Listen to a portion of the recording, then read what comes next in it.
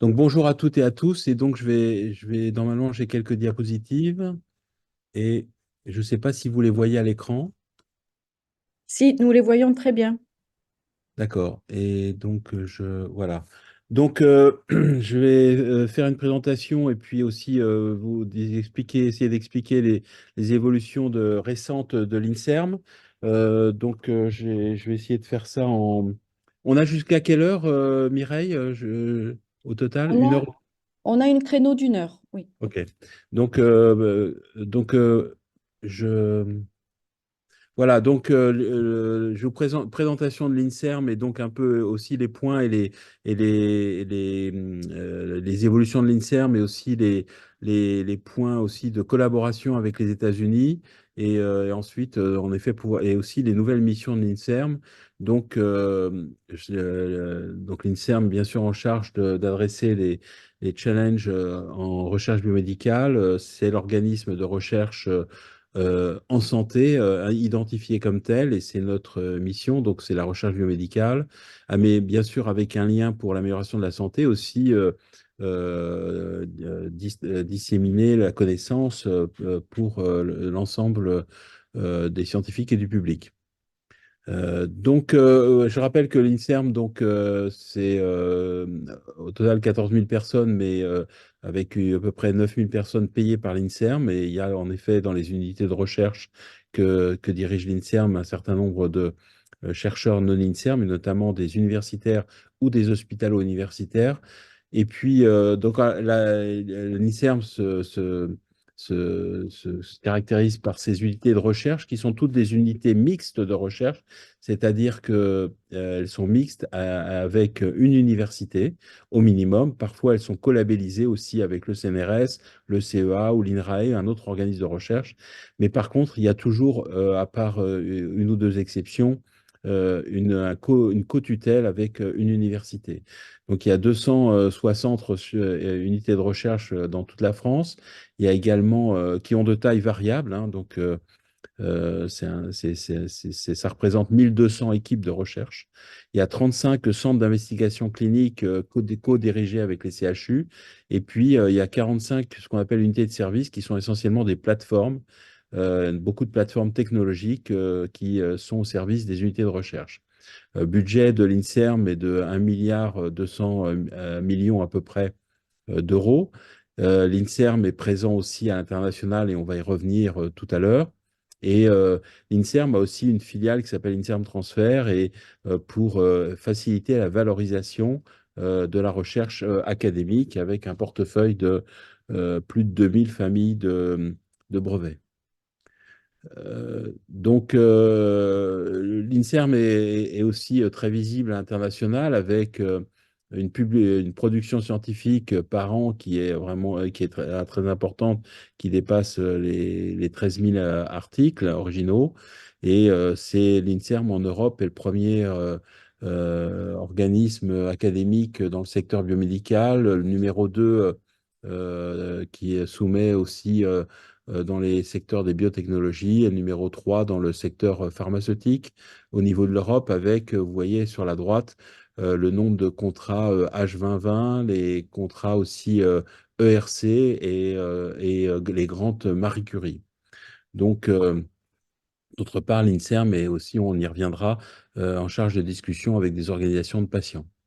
Alors, l'INSERM existe depuis 1964 et nous sommes dans notre 60e année, et qui sera célébrée d'ailleurs cette année, et et sur lesquelles l'INSERM a déjà donc un passé, mais aussi un grand avenir devant lui. Alors, l'organisation, je suis depuis un an le président de l'INSERM. De base, pour ceux qui ne me connaissent pas, je suis médecin, clinicien, chercheur. Je suis spécialiste des maladies du foie. Je suis professeur de médecine, professeur d'hépatologie, spécialiste en maladies du foie. Je dirigeais une équipe, je dirigeais pardon, une grosse unité d'hépatologie, de réanimation hépatique, et j'étais le directeur médical du plus gros centre de transplantation hépatique de France, à l'hôpital Paul Brousse à Villejuif. Et j'étais aussi directeur d'unité de recherche d'une UMR, INSERM Paris-Saclay, avec 5 équipes orientées sur les maladies du foie, faisant de cette unité de recherche, faisant de la recherche clinique et de la recherche fondamentale. Et puis, j'ai été aussi, dans une vie précédente, doyen de la faculté de médecine Paris-Saclay et président de la conférence des doyens avant d'être nommé à l'INSERM depuis un an. Et donc, je suis actuellement full-time à l'INSERM. Et donc, vous voyez ici l'équipe qui m'entoure avec une équipe, une direction générale et avec également une chef de cabinet qui est Karine Delrieux, une directrice de cabinet qui est Karine Delrieux, une chef de cabinet qui est Fatima Meloub. Et vous avez aussi, l'INSERM se divise aussi à la fois en instituts thématiques scientifiques, et vous avez ici la liste des instituts thématiques scientifiques, que je ne vais pas détailler, mais qui sont les grandes, je dirais, les grandes disciplines telles que nous les avons développées, avec peut-être je dirais, deux instituts thématiques qui sont plus transversaux, un en public health et l'autre en technologie de la santé, qui est un champ qui est en train de se développer à toute vitesse au sein de la recherche de l'INSERM. Mais vous avez aussi donc des secteurs plus verticaux comme neurosciences et psychiatrie, le cancer, l'ensemble des pathophysiologies, métabolisme, nutrition, etc. Euh, il y a des départements qui sont au siège sur bien sûr, juridiques, affaires financières, mais aussi un département de sciences ouvertes et un département aussi de suivi des programmes. Et puis, l'INSERM aussi a des administrations régionales et nous avons 12 administrations régionales qui sont au service et en aide et en relais des unités de recherche sur les sites. Alors, vous voyez ici la répartition des unités INSERM en France, et vous noterez qu'il y a quand même la moitié des unités de recherche sont présentes en Île-de-France, mais vous voyez qu'il y a une répartition, pardon, il y a une répartition dans l'ensemble de la France, bien sûr avec des forces inégales, mais il y a voilà la répartition. Et puis, il est vrai aussi que 83% des forces de l'INSERM sont associés à 13 unités de recherche. À l'Île-de-France, nous sommes associés essentiellement à 3 grosses universités, Sorbonne Université, Paris-Cité et Paris-Saclay. Et vous voyez les principales villes où nous sommes présents, des villes que vous connaissez, Strasbourg, Nantes, Lille, Lyon, Marseille, Nice, etc. Et où sont concentrées une grande partie de nos forces. Dans un environnement aussi de l'enseignement supérieur et de la recherche qui s'est modifié avec des universités qui, en France, pour ceux qui ne sont plus en France en métropole depuis longtemps, ce sont des réunions d'universités, des réunions universités, grandes écoles, qui ont créé des universités à forte valence recherche de niveau mondial, comme Paris-Saclay, qui est maintenant 15e ou 13e dans le classement de Shanghai, Sorbonne U, Paris-Cité, qui sont des très grosses universités et qui sont très axées recherche, et donc avec qui nous travaillons. Les universités sont nos principaux partenaires, comme je vous l'ai dit. D'autre part, les universités sont soutenues par ce qu'on appelle des IDEX et des ICIT, qui sont des financements. Les IDEX sont des financements aux alentours de 30 millions d'euros, qui sont dévolus essentiellement à des parties recherche, les ICIT de 10 millions d'euros. Et nous sommes très liés aux universités, mais aussi, et je souhaite le préciser, que nos unités de recherche doivent se rapprocher des hôpitaux, notamment les hôpitaux académiques et ce qu'on appelle les CHU en France. Mais nous avons aussi donc des partenaires que vous connaissez, les organismes de recherche qui sont listés ici, des agences, l'INCa, l'ANSES, et puis des fondations et l'industrie. Alors, bien sûr, les missions de l'INSERM sont listées là. Il s'agit à la fois de coordonner la recherche biomédicale et avoir une recherche d'excellence, mais aussi euh, à fournir une expertise scientifique, conseiller l'État aussi sur les aspects scientifiques, créer aussi de la valorisation et augmenter la recherche translationnelle qui, en France, a besoin d'être et augmenter la capacité de valorisation de la recherche académique, qui est un point qu'on peut considérer comme trop faible en France et sur lesquels il y a eu il y a un effort ces dernières années important avec l'aide de l'État. Produire de la connaissance et de la dissémination de la connaissance. Et puis, je vais le voir plus tard aussi, fournir un rôle de coordination de la recherche, qui est une mission qu'on nous demande de développer, et je vais y revenir dans quelques minutes. Donc, notre recherche, elle va de la recherche fondamentale à la recherche préclinique et clinique, mais aussi avec le soutien à des cohortes, pouvoir fournir de l'expertise et aussi soutenir des infrastructures de recherche. Vous avez ici, et je n'ai pas trop le temps de développer, des exemples de cohortes pilotées ou soutenues par l'INSERM, qui représentent des très grosses cohortes en population générale, comme Constance, sur les enfants, comme ELF, sur le Covid, sur les maladies rares, et puis des cohortes aussi, ici, des databases maladies rares, décès des patients, etc. Et avec actuellement un plan France Cohorte que nous coordonnons. Et nous allons développer une nouvelle cohorte sur les parents-enfants, qui s'appelle Philomène, qui va inclure 100 000 familles. Mais l'idée aussi, c'est de développer aussi d'autres cohortes, et ce sera coordonné par nous.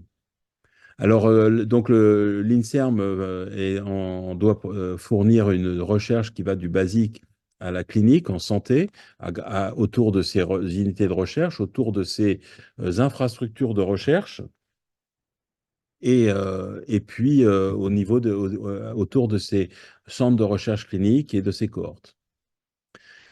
Nous devons aussi créer de la valeur, et ça, c'est comme je vous l'ai dit, nous avons une filiale au sein de l'INSERM qui s'appelle INSERM Transfer, qui est une filiale privée, mais qui est à 100% possédée par l'INSERM.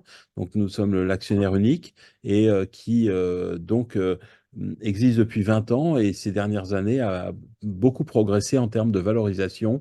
Et vous avez ici quelques chiffres de développement qui vous montrent donc le nombre de familles de brevets, mais aussi la capacité à lever des fonds avec des partenaires et des industries aussi qui ont été créées et lancées par l'INSERM à partir de brevets.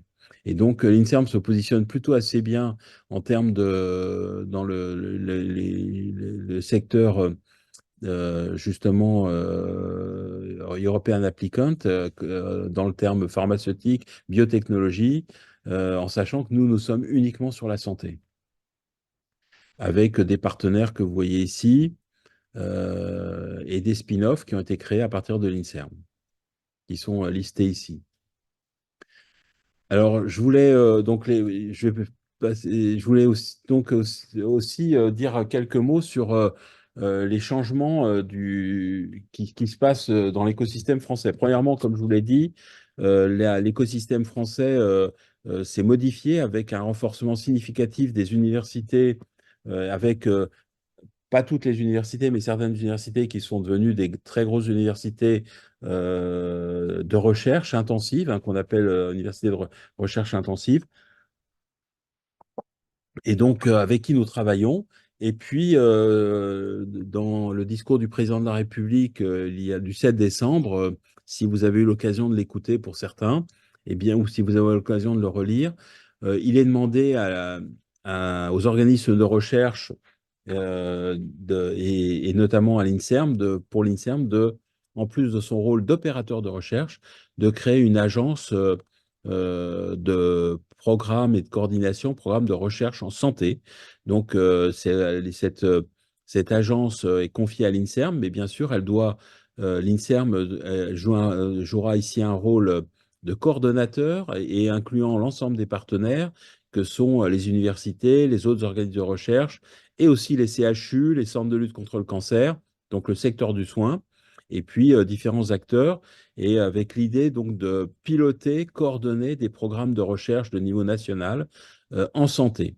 Donc, mais avec et clairement un travail inclusif, c'est-à-dire que certains programmes peuvent être confiés à d'autres partenaires que l'INSERM, à des universités, à des CHU, au CNRS par exemple.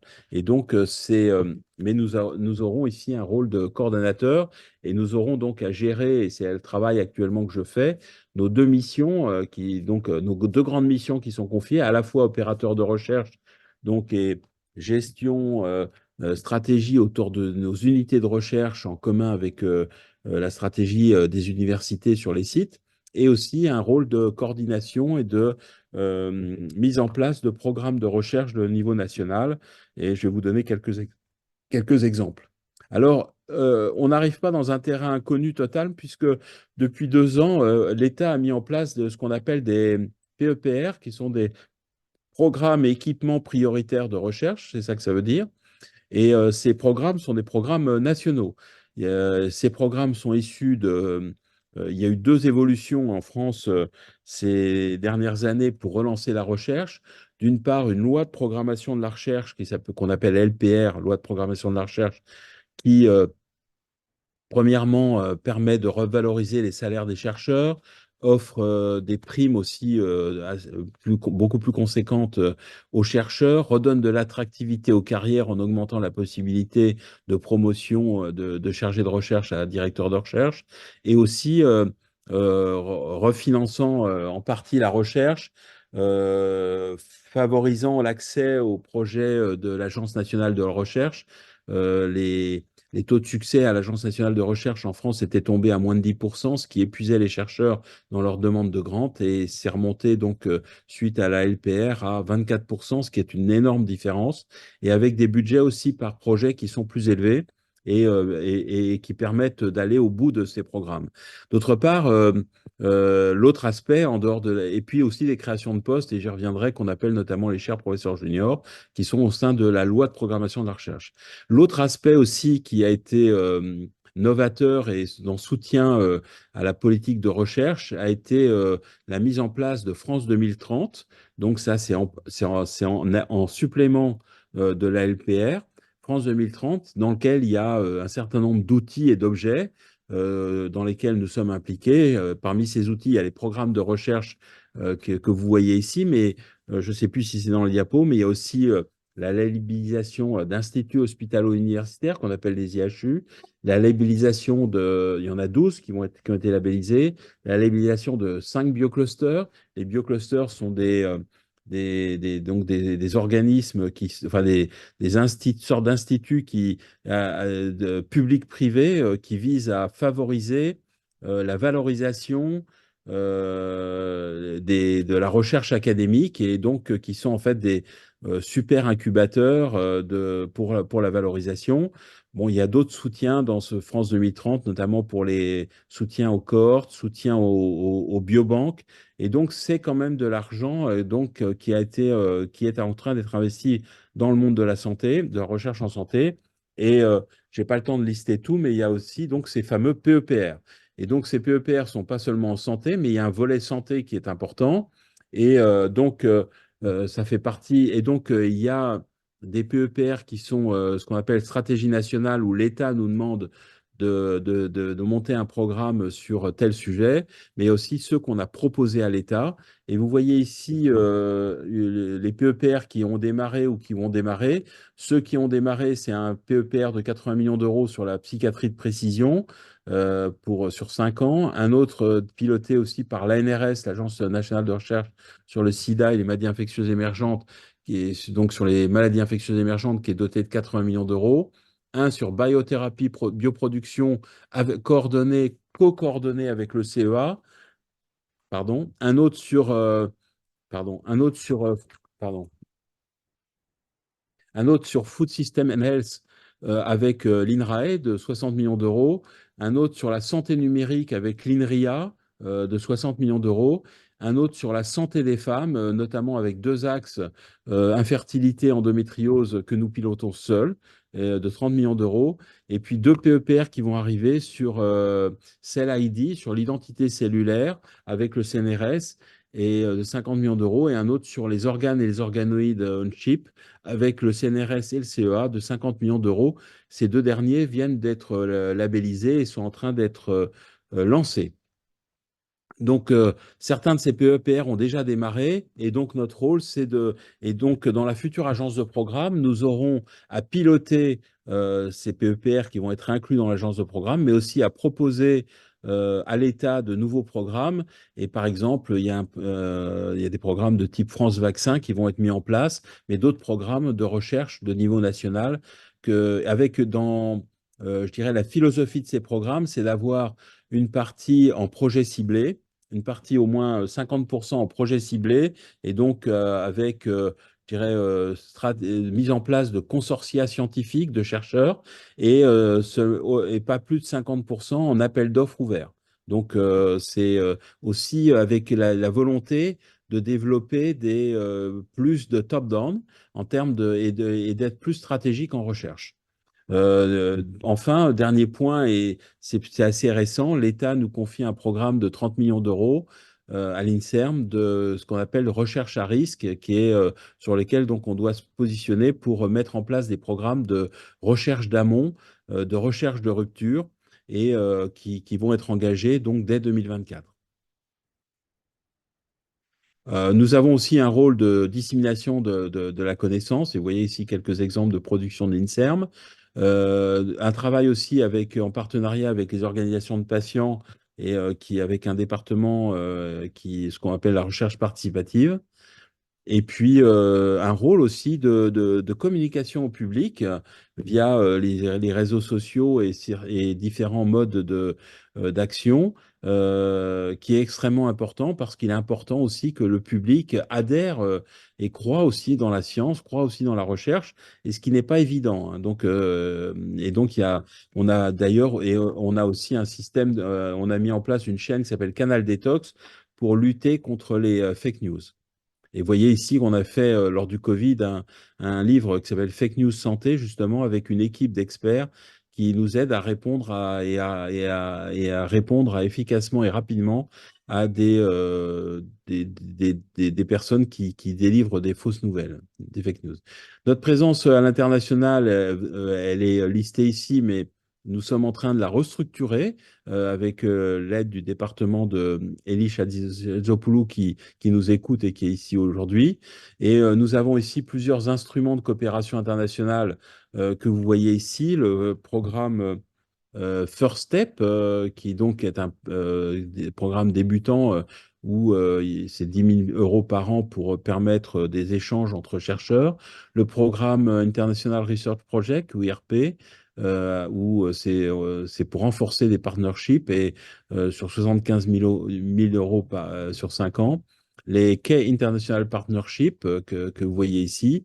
Et puis les plus gros programmes, nous en avons actuellement deux et d'où nous devrions en ouvrir un troisième, qui sont de 750 000 euros sur 5 ans, avec habituellement plusieurs partenaires. Et dans ces programmes, je crois qu'il y a 4 partenaires, un sur Healthy Aging et Interaging, et l'autre sur Précision Psychiatrie.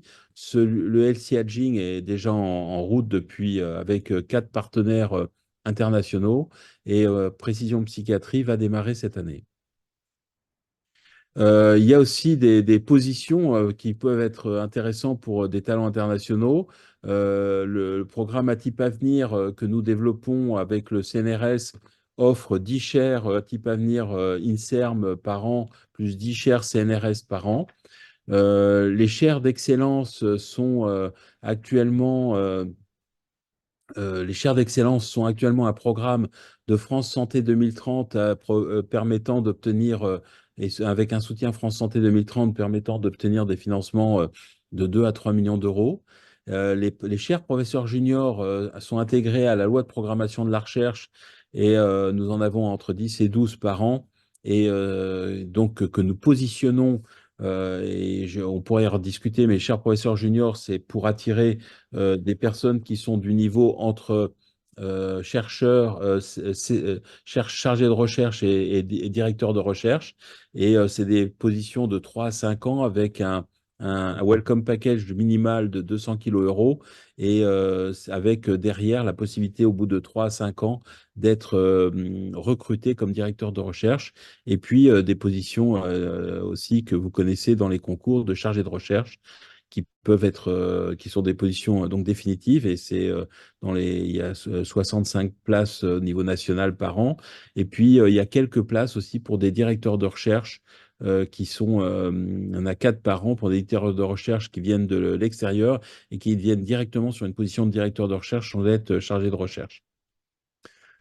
Pour les partnerships avec les États-Unis, les États-Unis sont notre premier partenaire international, représentant plus de 18% de toutes nos coopérations. Et vous voyez ici les principaux partenaires, et aussi avec 6 IRP et 2 First Step Projects.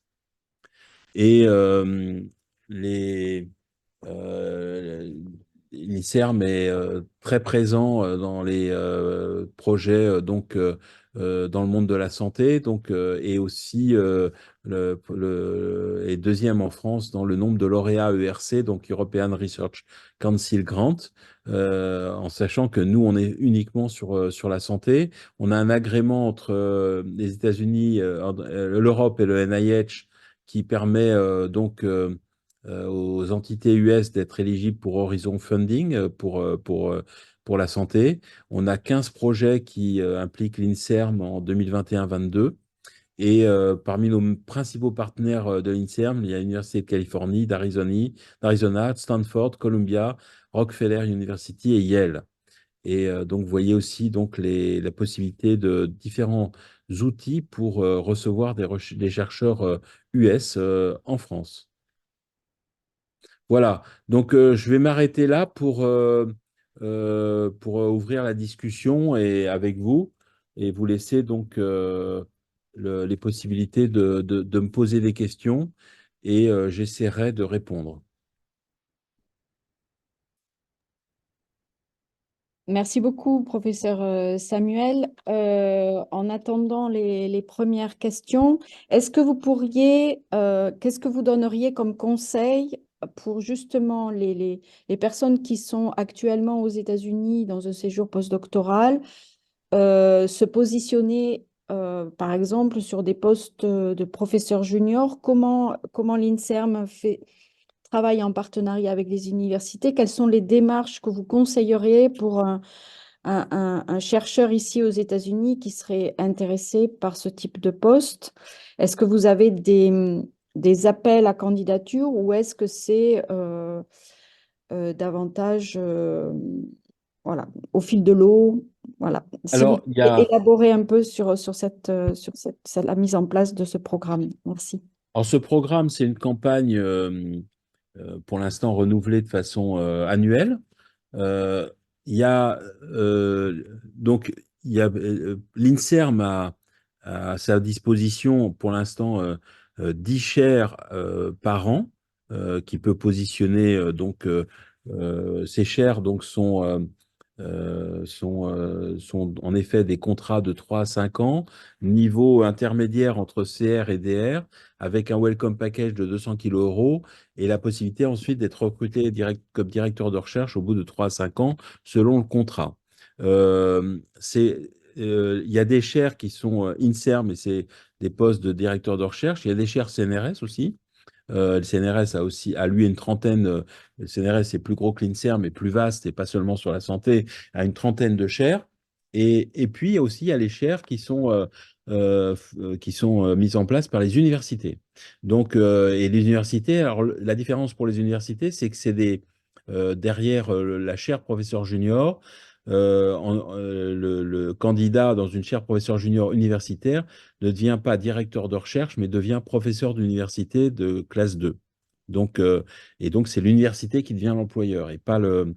Voilà. Donc, alors sinon, ces chers professeurs juniors, nous, au plan, je dirais, stratégique, chaque année, on décide, premièrement, de l'orientation qu'on veut en termes de fléchage de postes, de thématiques de postes sur les chers professeurs juniors et aussi où on veut les mettre. Alors parfois, en effet, on a des discussions en amont avec les universités notamment pour se coordonner. En gros, est-ce que dans telle université, je donne à Paris-Saclay que je connais bien, Paris-Saclay peut dire cette année, moi, je souhaite mettre 2 chaires en santé et on pourrait les mettre là. Et l'INSERM peut dire, moi, j'en mets pas cette année, mais j'en mettrai une l'année prochaine sur cette thématique. Et donc, il y a ce profil. Et ensuite, les chaires, l'annonce des chaires est et nationale ou internationale. Donc, il y a une fiche de poste qui est faite vers souvent un laboratoire, mais ça peut être vers plusieurs laboratoires. Et donc, cette fiche de poste, j'encourage donc les gens à regarder quels sont les postes ouverts à candidature, parce que, en gros, n'importe qui peut se porter candidat, mais par contre, on encourage les chercheurs, premièrement, à voir s'ils correspondent bien à la fiche de poste, enfin aux thématiques demandées, et aussi à se mettre en rapport avec les directeurs d'unité des laboratoires concernés pour savoir ce qu'ils recherchent exactement et ils peuvent parler aux directeurs d'unité pour avoir une visibilité sur l'unité sur laquelle ils vont postuler. Mais ce sera un jury indépendant qui décidera, jury qu'on met en place, qui décidera et qui listera les candidatures, en sachant que parfois les unités ont individualisé un candidat ou une candidate, mais c'est le jury qui décide. Et donc, on a vu des inversions on a vu donc des candidats de l'extérieur très fréquemment qui ont été pris en un et à qui on propose donc la chaire. Donc, il y a vraiment un appel d'offres qui est ouvert. Et je pense qu'on va mettre aussi, je crois qu'on a pris un abonnement à Nature Job aussi pour augmenter la diffusion Et clairement aussi, ces CPJ, chers professeurs juniors, nous cherchons d'ailleurs des profils de chercheurs qui sont différents des recrutements CR classiques, chargés de recherche classiques. Et justement, les profils de chercheurs qui sont à l'étranger et qui souhaitent revenir en France dans un laboratoire ou sur une thématique, ça nous intéresse particulièrement. Merci beaucoup. Alors, une des premières questions sur le chat, c'est pouvez-vous en dire plus sur le partenariat entre l'INSERM et l'université de Yale? Moi, non. Peut-être Ellie peut répondre peut-être à cette question sur l'aspect Yale. Est-ce que Ellie peut répondre? Alors, bonjour à tous.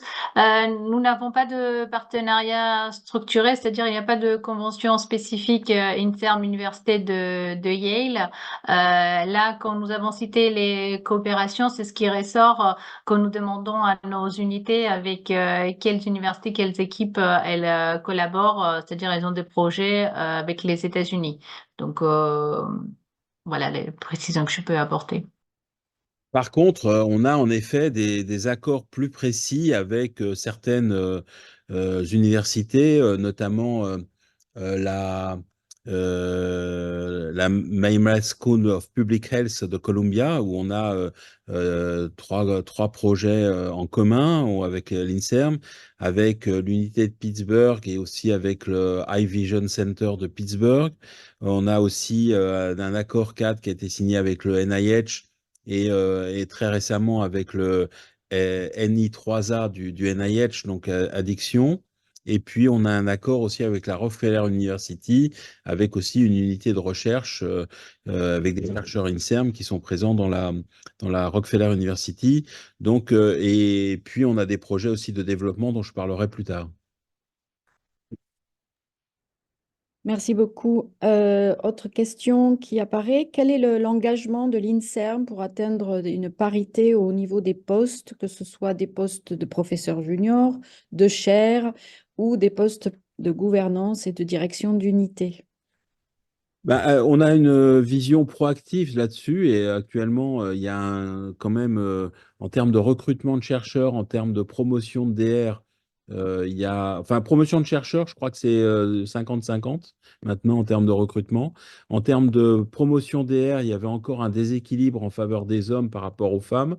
Donc, on a décidé, même si ça augmente côté femmes, mais on a décidé d'être proactif. J'ai écrit d'ailleurs à l'ensemble de la communauté des chercheuses de l'INSERM il y a quelques semaines pour les pousser à faire des demandes de promotion vers les postes de directeur de directrice de recherche et aussi pour pousser l'ensemble de la communauté et donc j'ai aussi interpellé les commissions scientifiques spécialisées qui recrutent les chercheurs et qui font les promotions pour arriver à une parité. Donc, on a une action proactive.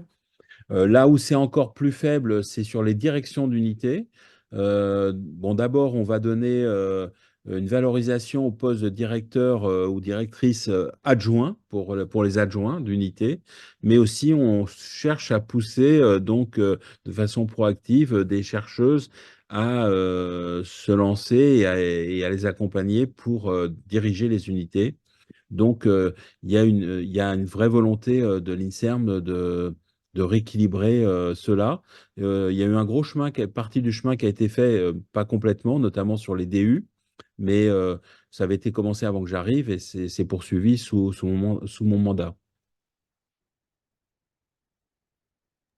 Merci beaucoup. Là, il y a une personne qui serait intéressée par mettre en place un projet de séquençage du génome entier pour les maladies, une maladie neurodégénérative. Il cite en exemple la sclérose en plaques, qui soit un partenariat entre une université américaine et une université française. Il imagine aussi un partenariat université américaine start-up. Est-ce que ce type de projet est éligible, enfin, serait examiné avec intérêt par l'INSERM?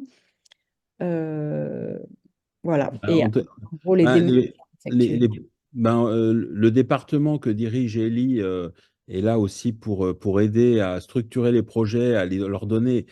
Pour nous, c'est important parce qu'il y a beaucoup de projets qui se font entre chercheurs et qui ne sont pas toujours, entre guillemets, déclarés ou officialisés. Et c'est quelque chose que je pense que vous connaissez bien au niveau de l'ambassade.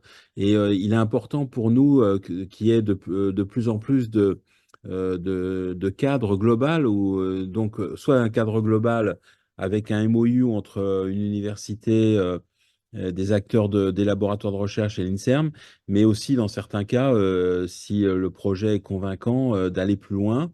Et ça peut aller donc sur un soutien et pousser aussi à aller vers des appels d'offres sur les programmes de partenariats internationaux qu'on pousse.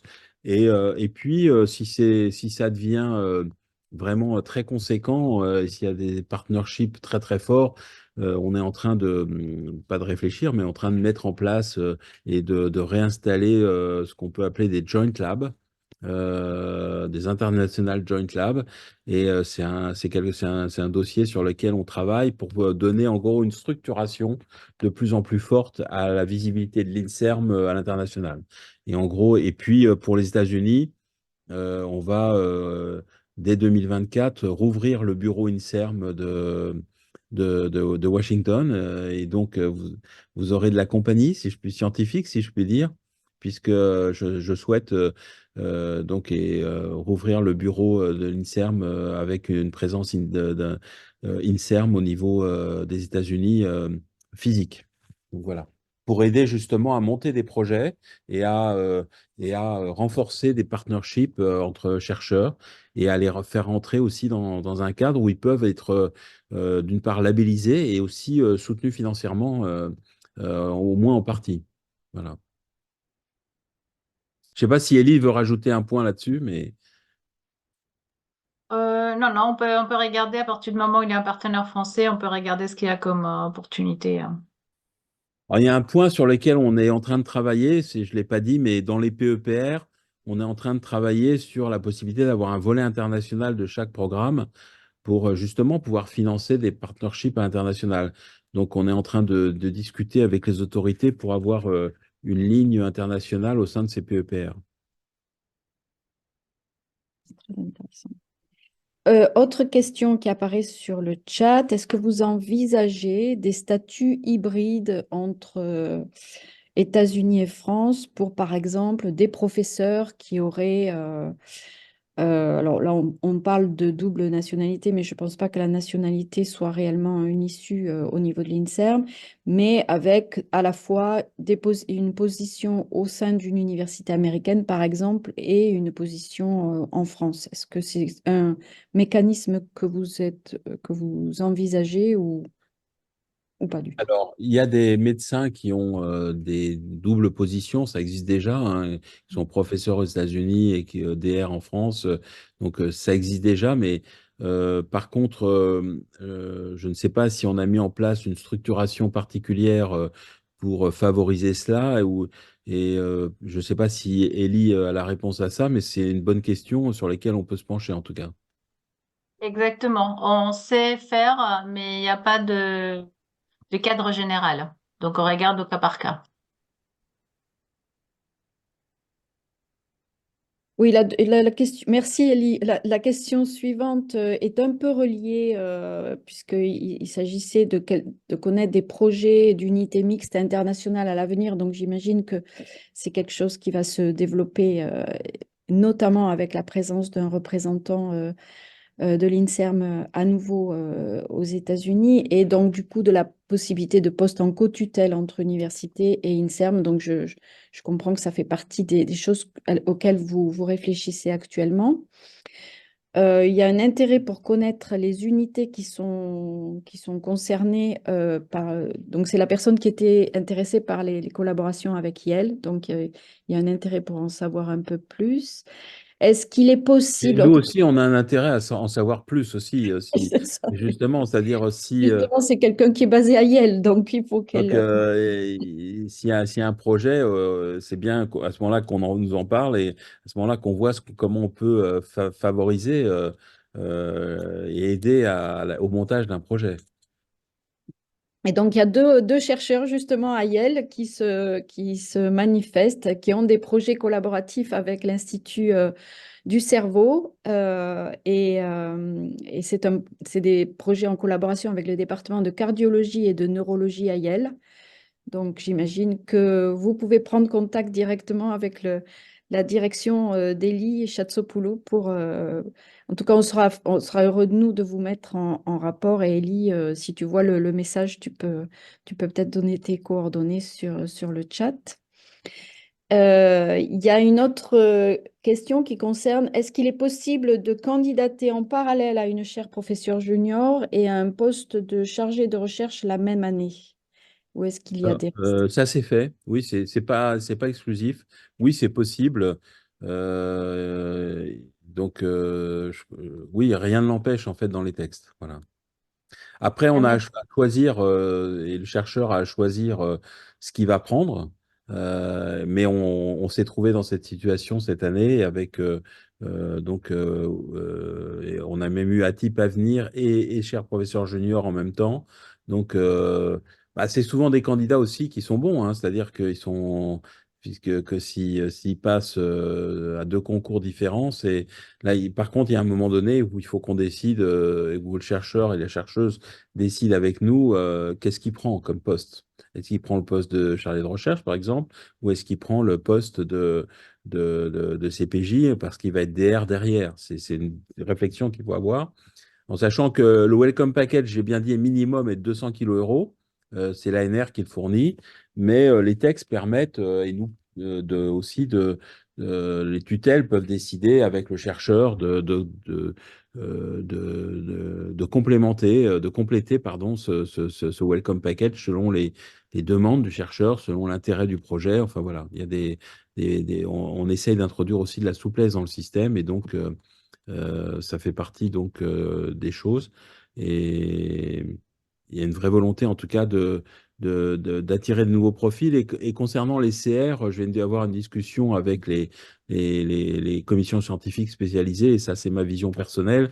Je voudrais que je dis ça à des chercheurs qui sont aux États-Unis, je voudrais que les années passées aux États-Unis et la production scientifique effectuée aux États-Unis ou à l'étranger, hein, pour un chercheur qui postule à un poste, soit directement prise en compte, c'est-à-dire qu'il y ait quand on recrute le chercheur, on lui fasse confiance à partir de ce qu'il a fait à l'étranger, si ça a été extrêmement productif, et pas qu'on lui demande de refaire, de montrer sa capacité à publier en France, parce que ça prend du temps et ça bloque les recrutements.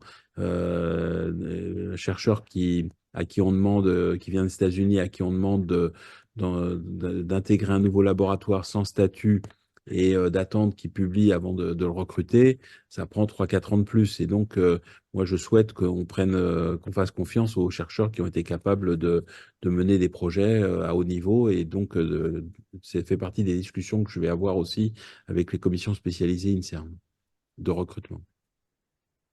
Je ne sais pas si j'ai été clair là-dessus. Je pense que vous avez été très clair. Oui, merci beaucoup. Il y a une question qui relève de la procédure pour justement soumettre un projet d'International Research Lab à l'INSERM. Euh, Est-ce qu'il y a quelle serait la procédure en particulier? Est-ce que c'est voilà, est-ce qu'il y a un appel à projet ou est-ce que vous prenez des projets au fil de l'eau? Alors là, on est en train de tout changer, hein, parce qu'il y avait avant des International Research Labs et ça a été plus ou moins arrêté, en tout cas officiellement. Donc, on est en train de recréer des Joint International Labs et des Joint European Labs. L'idée, c'est premièrement, d'en labelliser un certain nombre qui sont déjà très structurés, qui existent, mais qu'on veut faire valoriser nous, parce qu'on pense qu'il faut justement leur donner un label INSERM. Et donc, on a, je dirais, 7-8 labos clairement en ligne de mire, pas seulement aux US, mais au niveau international.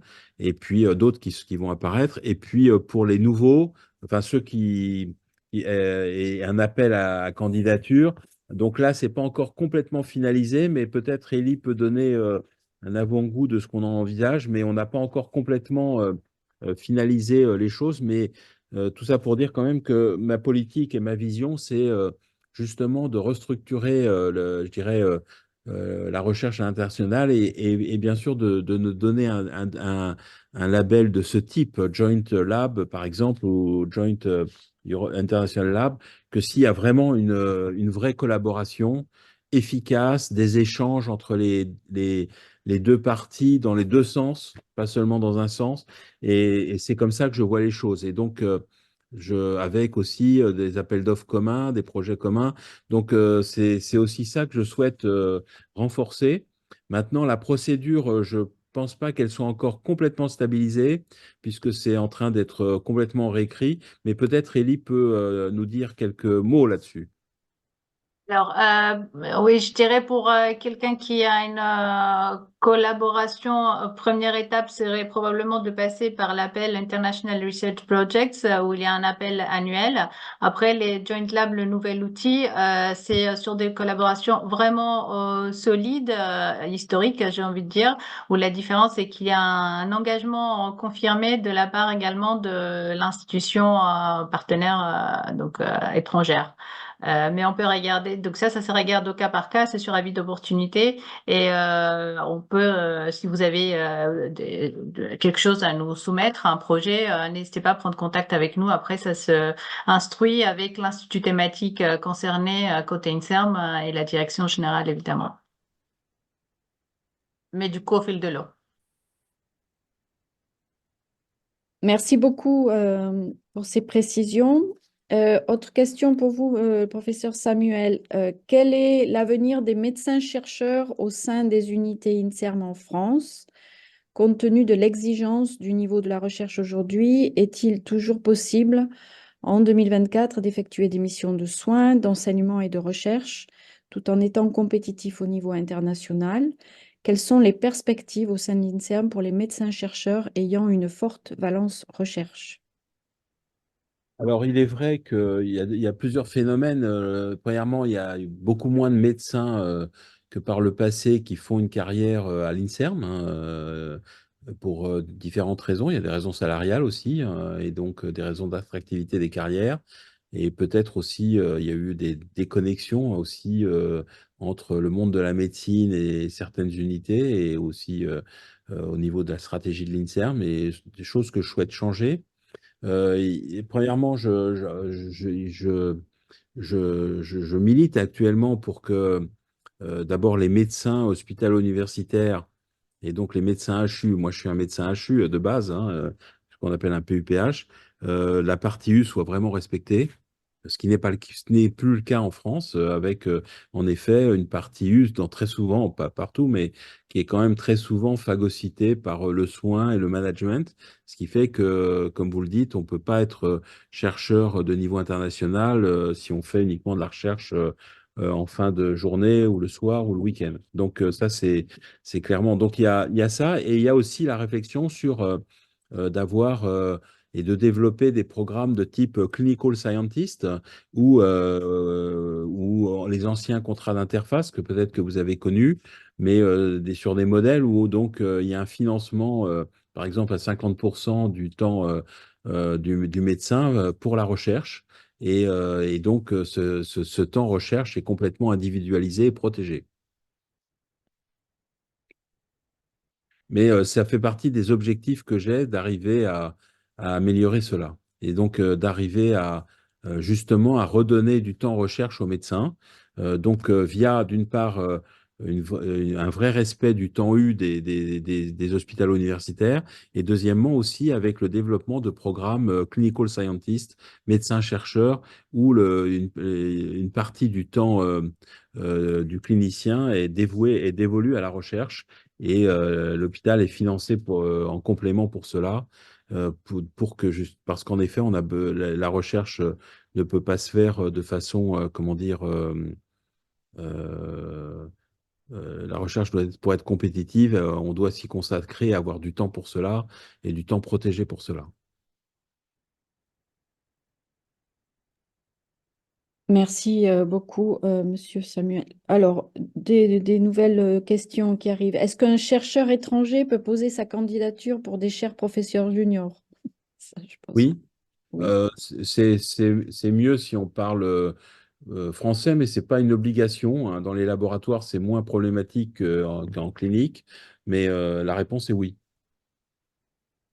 Et du coup, toujours en lien avec les chaires professeurs juniors, vous avez évoqué la phase ouais, le fait que ces chers professeurs juniors, c'est en sorte, quelque sorte un tenure track, une Oui. voie vers la titularisation. Est-ce que vous pouvez expliciter un peu les procédures de titularisation? Comment ça se passe entre... Alors, il n'y en a pas eu encore parce que le programme Cher Professeur Junior a commencé il y a seulement 3 ans, et donc je crois qu'actuellement, il n'y a pas encore eu de procédure de mise en place. Donc, je n'ai pas encore complètement la réponse à la question, mais il faut savoir que ce sont des postes qui sont financés. Donc, ce sont des postes pour lesquels les universités, d'une part, l'INSERM, d'autre part, et les organismes de recherche ont un financement pour la titularisation de la personne.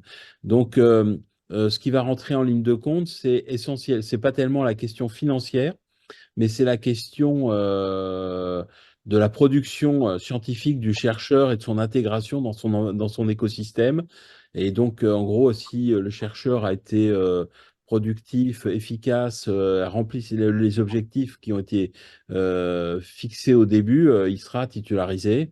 Donc, mais on n'a pas encore, ça n'a pas encore été mis en place parce qu'en effet, ce programme de Tenure Track a seulement démarré il y a moins de 3 ans. Et donc, mais on va rentrer là je pense, dès la fin de cette année, dans les premières titularisations, je pense. Merci beaucoup. Une question qui est un peu différente, qui est au sujet des opportunités de partenariat entre INSERM et investisseurs, par exemple pour le financement de start-up ou pour faciliter le transfert de technologie. Est-ce que vous pouvez élaborer un petit peu sur ce sujet? Alors, c'est quelque chose qui était assez faible en France, hein, notamment par rapport aux États-Unis, où là, une capacité de valorisation de la recherche académique est très forte. Donc, il y a plusieurs outils. Premièrement, INSERM à sa filiale INSERM Transfer, dont c'est le métier, de favoriser justement les interfaces entre les chercheurs académiques et une recherche académique et des industriels. D'une part, en termes de mise en place de brevets, de licences, et aussi d'aide à trouver de l'investissement, mais aussi à mettre en connexion des chercheurs avec des industriels sur des thématiques précises. Et donc, c'est le rôle de INSERM Transfer. Il y a aussi maintenant dans l'écosystème français la mise en place de pôles universitaires d'innovation qui visent aussi à faciliter ce genre d'approche, mais donc qui sont au niveau cette fois-ci des sites universitaires, et alors qu'INSERM Transfer est au niveau national. Et puis, il y a des outils, on le voit, qui ont été mis en place en France. Il y a 5 bioclusters qui ont été mis en place en France. Ces bioclusters qui viennent d'être labellisés, celui qui est le plus avancé, c'est le Paris-Saclay Cancer Campus, qui est situé à Villejuif, avec notamment des partenaires comme Gustave Roussy, Sanofi, l'Université Paris-Saclay, l'INSERM et l'Institut Polytechnique, et qui actuellement cherche à développer donc, et attirer des industriels dans le monde du cancer et qui vont. L'idée, c'est d'aller au-delà des incubateurs et d'aller plus loin dans l'accompagnement de projets pour aller jusqu'à le lancement de phases cliniques, pour des médicaments et d'aller jusqu'aux médicaments. Et donc, ces bioclusters, il y en a 5 qui sont labellisés. Le plus ancien, donc, est le Paris-Saclay Cancer Campus, mais c'est seulement depuis 1 an et demi. Et les 4 autres qui arrivent, c'est Génoterre sur la génétique, qui est à Paris. Il y a Brain Mind sur le cerveau et la vision, qui est à Paris également. Il y a sur l'immunité à Marseille. Et il y en a un sur l'infectiologie à Lyon. Et donc, il y a un écosystème qui s'est quand même modifié. Donc, si c'est la question pour un chercheur, je dirais, qui veut travailler avec l'INSERM, mais aussi de s'adresser donc à INSERM Transfer et à l'équipe de Pascal Auger, qui est la directrice de INSERM Transfer. Et on peut vous donner les coordonnées de Pascal Auger. L'INSERM Transfer, est je dirais, une société donc, de l'INSERM qui est maintenant, qui s'est quand même énormément professionnalisée en termes d'accompagnement des chercheurs dans la valorisation industrielle et aussi dans la mise en relation d'industriels et de chercheurs académiques. Est-ce que vous acceptez encore des questions? Il en Oui, reste 2 pour l'instant dans la liste. oui. Alors, il y a une question qui relève quel serait l'intérêt pour un laboratoire étranger ou une institution étrangère d'avoir un label INSERM ou est-ce que c'est la possibilité de soumettre des demandes de financement à Horizon Europe ou au prochain euh, plan européen? Est-ce que c'est l'attribution de fonds de recherche? Est-ce que c'est des fonds pour organiser des échanges avec un laboratoire en France? Est-ce que c'est des attributions de postes dans le laboratoire étranger? Alors, c'est variable, hein, pour l'instant. Il y a premièrement un label j'espère que pour certains, c'est un label de qualité, d'être reconnu par l'INSERM. Donc il y a ça. Il y a aussi en effet la possibilité d'avoir différents programmes de mise en commun, de répondre à certains appels d'offres. Et d'ailleurs, si on donne ce label, c'est aussi qu'il y a des échanges de chercheurs et des programmes de recherche en commun. Il y a la possibilité, alors Ellie connaît ça mieux que moi, mais il y a la possibilité en effet d'être partenaire de projets européens. Euh, et donc, l'intérêt du label INSERM, d'ailleurs, on sait que, on ne le donnera pas à tout le monde et qu'on le donnera, enfin, moi, je souhaite qu'on le donne à des équipes ou des laboratoires qui ont un vrai partnership avec unité INSERM. Et ça peut aller, en effet, jusqu'à des chercheurs mis en détachement dans des unités à l'étranger. On en a quelques-uns, c'est pas les plus fréquents, mais il y a quelques unités qui ont des chercheurs INSERM en détachement dans des unités à l'étranger. Mais là, il faut que ce soit évalué par les instances de l'INSERM et considéré que c'est un plus. Moi, je suis favorable je dirais, à avoir des structures qui soient identifiées, surtout si elles sont d'excellence, clairement. Donc, en gros, le label, je souhaite le donner et qu'il soit apprécié comme un label de qualité et finalement que le partenaire américain, en l'occurrence, considère que c'est un label de qualité. Mais bien sûr, comme tout label, ça a des droits et des devoirs. Et ces droits et devoirs, c'est-à-dire que c'est à la fois la possibilité d'avoir des avantages, mais être capable aussi de montrer un vrai partnership et pas seulement sur le papier.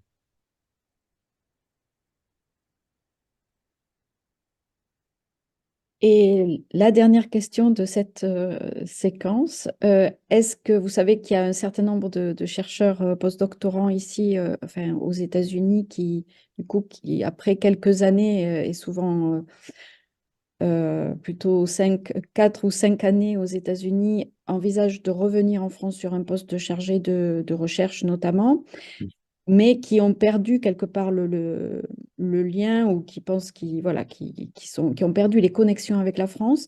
Quels seraient les conseils que vous auriez à donner pour ces candidats sur des postes de chargé de recherche voilà. Est-ce que vous Premièrement, avez c'est d'être Voilà. Oui, non, enfin, c'est un vrai sujet, donc sur lequel moi je souhaite vraiment que l'INSERM s'améliore là-dessus, hein, donc je le dis, parce qu'il faut profiter de chercheurs qui ont acquis une expertise dans des laboratoires de haute qualité aux États-Unis, qui ont une production de haut niveau, et en effet qui puissent apporter leur expertise et booster un laboratoire, mais et générer aussi leur propre équipe ultérieurement. Donc, il y a d'une part la possibilité de postuler soit des CPJ en fonction du niveau, soit aussi au programme à type Avenir, hein, qui est clairement ouvert aux Français qui sont à l'étranger et aussi aux étrangers. Donc, qui sont les ATIP Avenir, je le rappelle, il y a un salaire pour le chercheur, il y a un postdoc qui est recruté et qui est payé par l'INSERM, et il y a aussi un environnement de welcome package qui est offert, et un espace laboratoire. Donc les ATIP à venir, en plus, c'est presque toujours une voie royale pour être recruté CR. Hein. Donc, l'appel d'offres ATIP à venir, j'encourage vraiment les chercheurs qui souhaitent revenir à regarder et à voir s'ils peuvent postuler, parce que derrière, c'est assez fréquent que le chercheur à type Avenir soit recruté CR dans les 2, 3 ans max de sa chaire, parce que c'est déjà une présélection très forte. Il y a aussi le recrutement direct, et j'encourage à ce moment-là les chercheurs à se rapprocher d'un laboratoire qui les intéresse, dans une ville qui les intéresse, pour monter un projet, en effet, d'arriver dans un laboratoire. Et et moi, je vais pousser Donc, il est important de bien réfléchir à l'écosystème où on veut aller.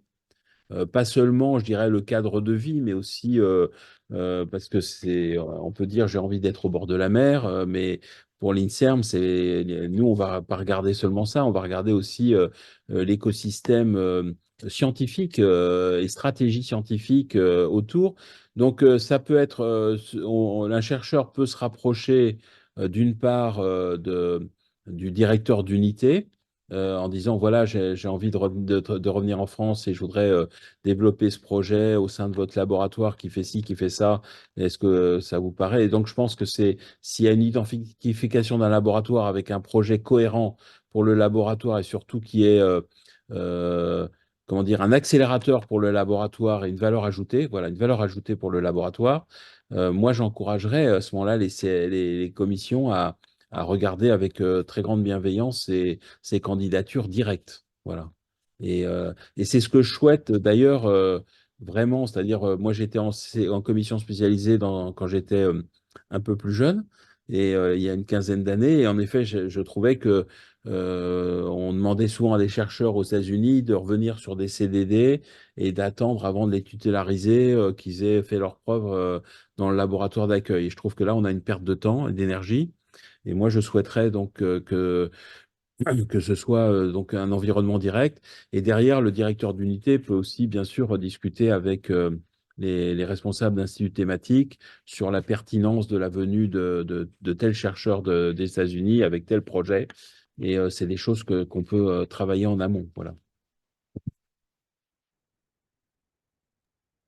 Merci infiniment, professeur Samuel, pour ce temps que vous avez dédié au réseau scientifique français aux États-Unis.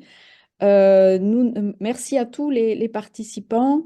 Merci également à Elie Chatsopoulou pour ses compléments d'information.